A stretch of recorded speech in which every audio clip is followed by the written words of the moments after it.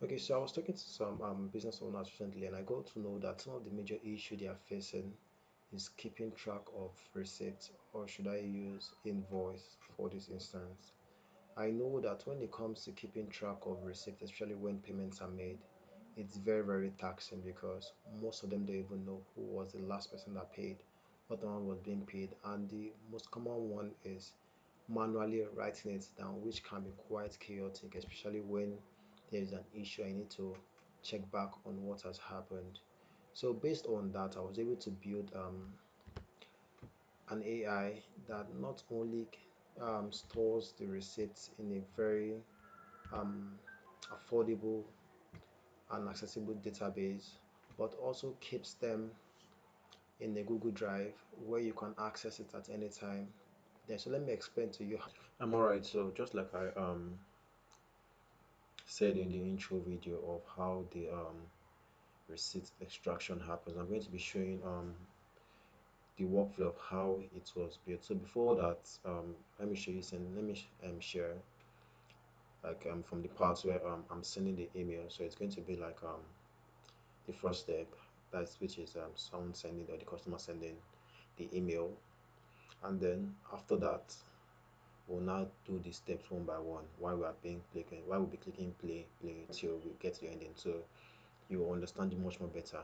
So the we choose payment, and this is the Gmail, and then where we'll be sending the receipts on, and then the topic is I'll be the subject is payment, which could be any subject, and then I want to drop the file.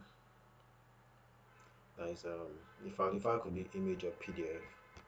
So for Gmail we'll do image, and for WhatsApp we'll do PDF. So it's the same procedure, so that will make it much more easier for you. So let's use this image here, and then so as you can see the image is here already. So now all we just need to do is send it. This is the email here. Then we send it, then send. As you can see we've sent it already. So I'll now go back to our init to check out the workflow. So basically this is how the workflow looks like in the Canva. So the first thing is the Gmail trigger. So let's start from there. I'm now explaining. So from the Gmail trigger, the first thing we have is creating credentials. So if you are using anything that I that means you are using anything for it, you would not all you just need to do is sign in on your Google, and that's it. But if you are using self-hosted, like say hosting and all down like railway, then you need to go through that little bit tedious process of going to google.console, cloud.console, and then create a project. Now try to do all those all those because of time, that's why I will not be able to do. But I think one of these days I'll make a video specifically for that to make it easier. And then our no mode will be every minute. That means every time you check the your inbox should be every minute. And then the event is message received. And so I wanted to only pick up that usually fetch an event when it has an attachment. There's so many things that can so that means that Gmail is basically one for only attachments. So it's only pick up when it has an attachment. Attachment could be image, PDF, document, anyone, like WordPress, then Word format, that is doc, and then any other one. So that's the attachment. So as I said, for this video we're only going to focus on two, which is image and PDF. That is what we're going to be using as the receipt. So you add the search and then has then the attachment. That's what we're looking for. It has to have an attachment for it to fetch the event. You can also you can also use a subject. That means the subject will also have the title. Let's say the subject of the email, or a specific name, like okay, only fetch data from this specific bank. So you can do all that in the search box. If you want to know more about this search box here, there are so many ways you can learn the whole thing. You I'm looking for way on anything where it gives the preview of where okay, yeah, on this learn more, just click on learn more and it will show you more examples of how you can go about. So let's fetch the event. So like I said, the event is going to be an attachment for it. So this is the attachment. That's attachment dot there. We fetched the event already. So we have the schema table, JSON, and binary. But binary is where this basically the file, and that's what we actually need. So after that is completed, let's do step by step. Now next you need to do is upload it on Google Drive. You created a Google Drive, which if you need to go to act like this one, you need to do it step by step. Create an app, go to Google or so that create an app, do the whole verification. You can check this whole, and I think right now they already have a step. Let's say let's call it an upgrade, because you need to drop your debit or credit card.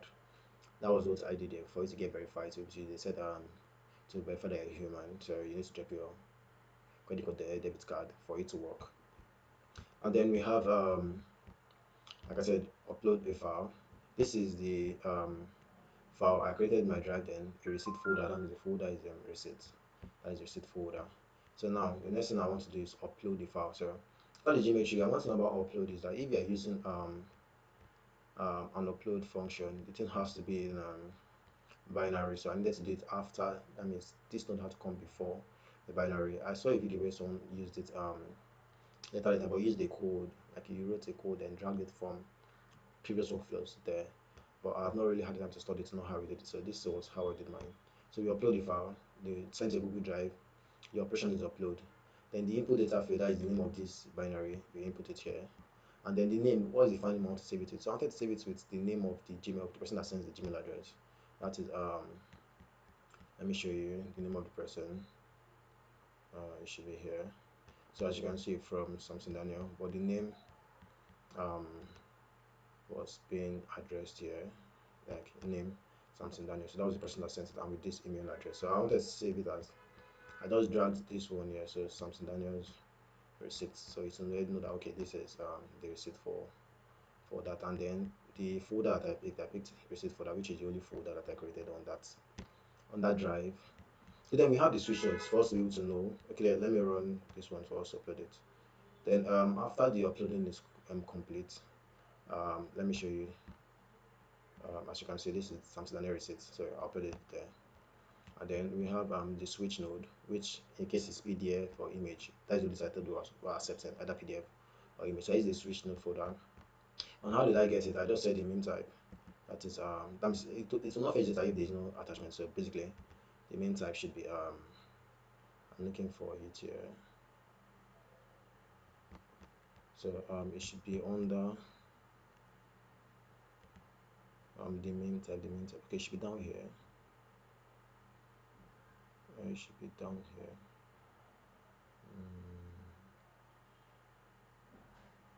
I'm coming, so you'll be able to see it.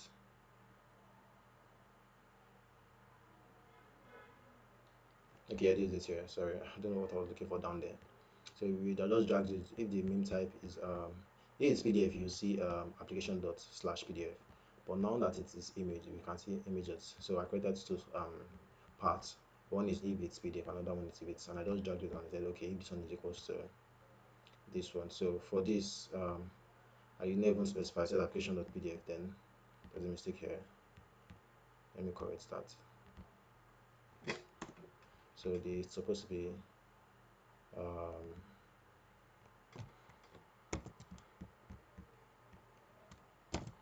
yeah, so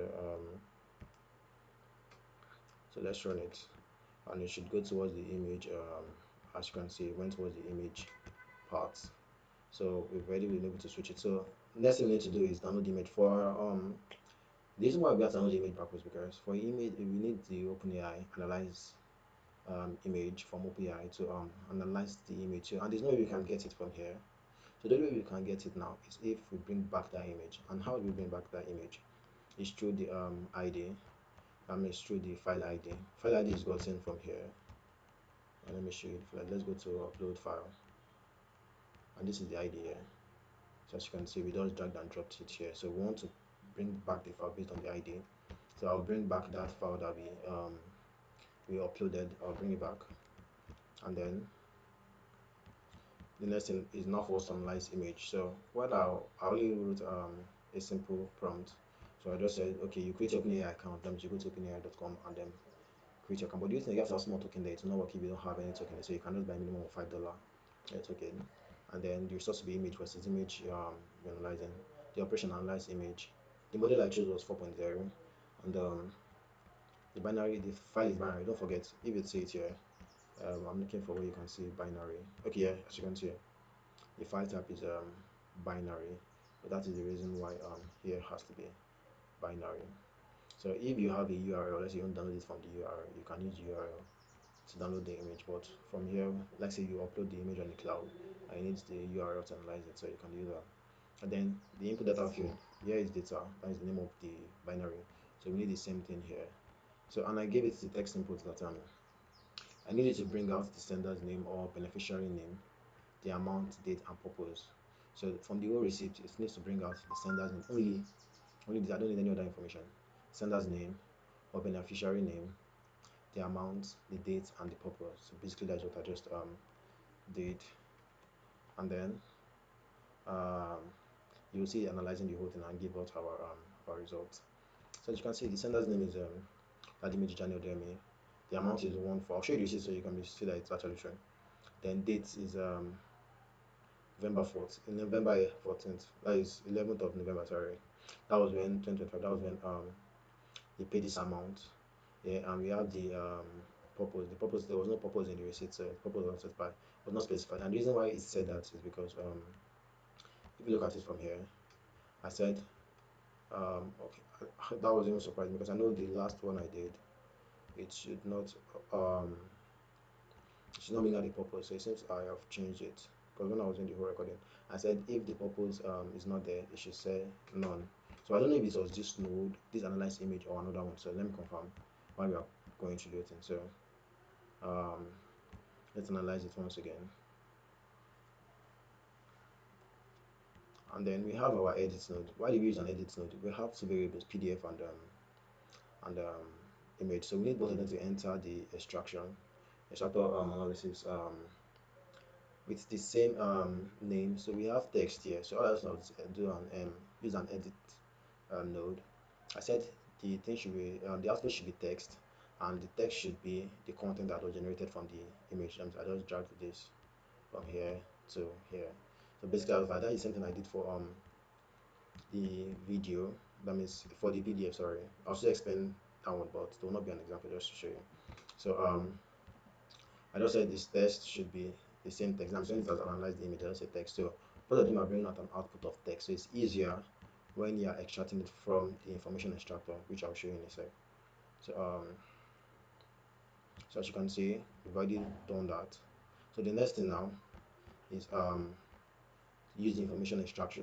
The reason why I used it, even though we already have our sender's name and all that, is because I wanted it to be an easy format where I can drag and drag. Information extractor does that perfectly well for us. So even though we already have our sender's name and all that, and I can use another OpenAI to bring it out, it's still one of the best method for it. So next thing I did was sender's name. The type is string. The description, the name of the person who sends the money, that is the sender's name. It is also found under sender's details. And the next field is amount.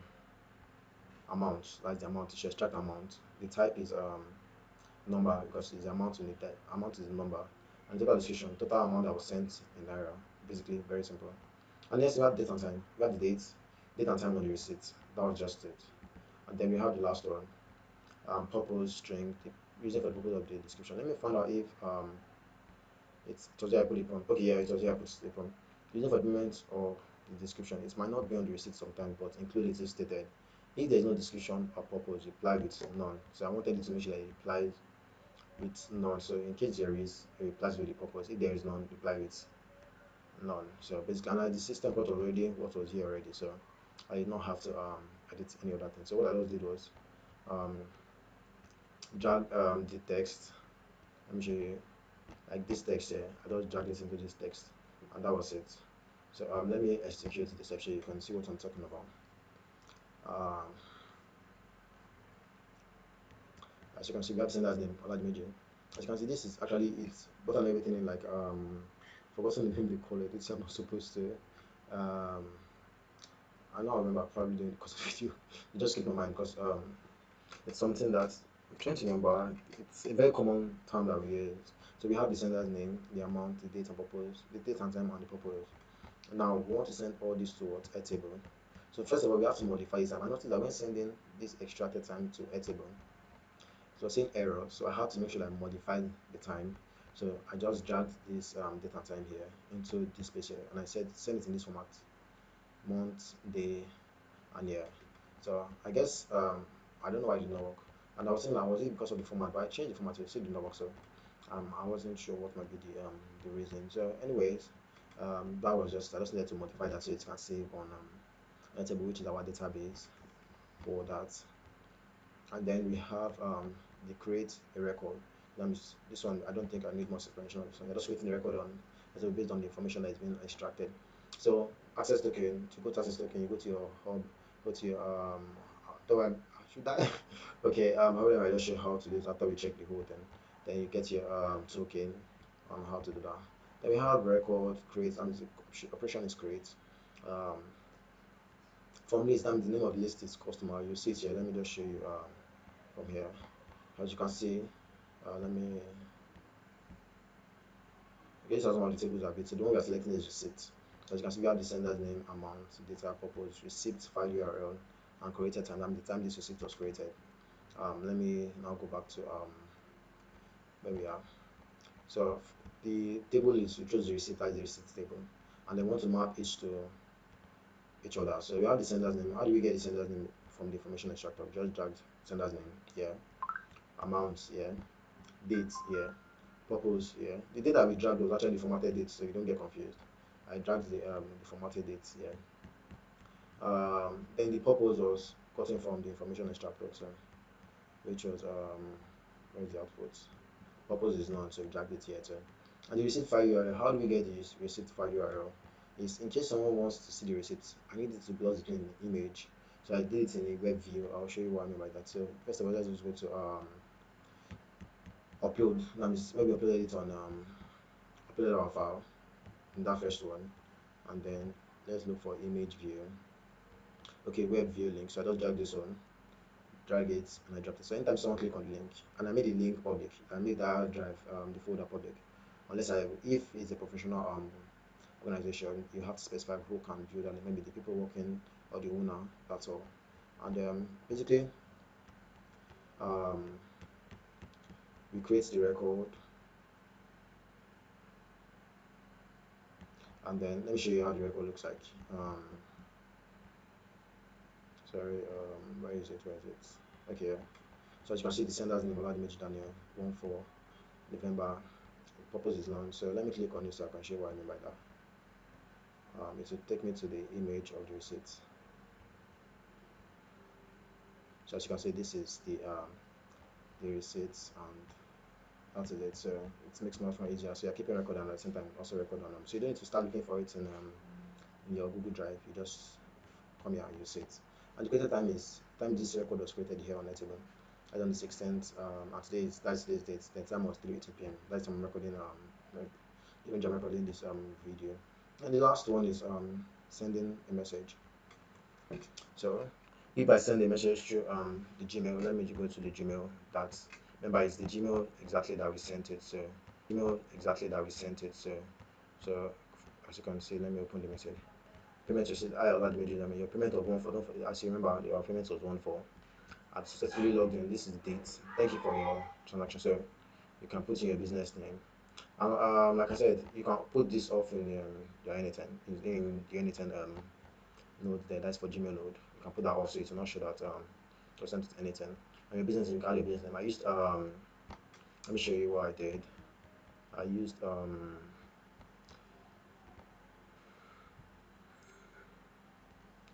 HTML to generate the auto. So I just looked at it, that okay, this is what I want. Let me create an HTML based on that, and that was what it did. So basically, that is just it. Don't forget, your operation has to be send, not trigger, because you're not triggering anything. Send, and the subject is payment confirmation. And as you can see, the subject here is payment confirmation. So basically, I just it, and that's how for Gmail trigger. So in the next class, I'll be explaining how it works with WhatsApp. Oh, before that, I was going to do the video. So whenever you download the PDF here, you download the image and download the image just like we did here. You download the PDF, sorry, like we did here. Now we could use extract PDF, that is this node here.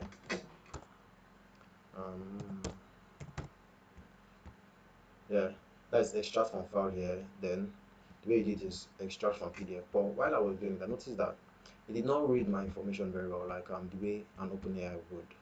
I guess maybe because it's not connected to an agent or a model, yeah, specifically that. I guess that was it. So it was bringing out. I guess it's based on just because I tried other types of risk to notice that okay, it got some right and it got some wrong. But I guess it's I cannot bank on or it has to be from this specific bank or specific person that sent this specific kind of receipt. So the best one to do was to convert it from PDF to image and analyze it through image. That was the best thing I did because when I was checking this, if I'm converting it to I'll show you an example. Like I said, I'll be using PDF for WhatsApp. So you see how I did your conversion, and I'm using the same receipt, the one in PDF format, the same one but in PDF format. So you see that the name differs when it goes to Airtable, and you understand why I needed to use image analyzer for that. So basically, that is it. So by the time I use Cloud Convert. Cloud Convert, I just got the API. You just go to Cloud Convert, and you convert file. You pick like you get your Cloud Convert API key, and there are two ways to do that. You can either use OAuth or you can use I think the second one should be API. I tried this API, no, so I just switch back to OAuth redirect. So I got my client and the client secret from the API section there when you click on the OAuth section after signing up, and that was that. It wasn't at all very it wasn't stressful at all. Like you just get your API, and the only downside is you only get free credits, 10 free credits, so that means you can only convert a file 10 times. And maybe that's the reason why I wanted to make sure that okay, I did not exhaust the free since it's the video I'm making, and that was just how it works. So after converts it to image here, image analyze it, send it to the edit node, the same way we did this here, and then we follow the same process and the same thing. Everything is the same way. So basically that is just for the Gmail trigger. So next class I'll be showing you how to use WhatsApp to extract that, and it will be something similar just like this. So um, thank you for your patience. So let me just see the workflow.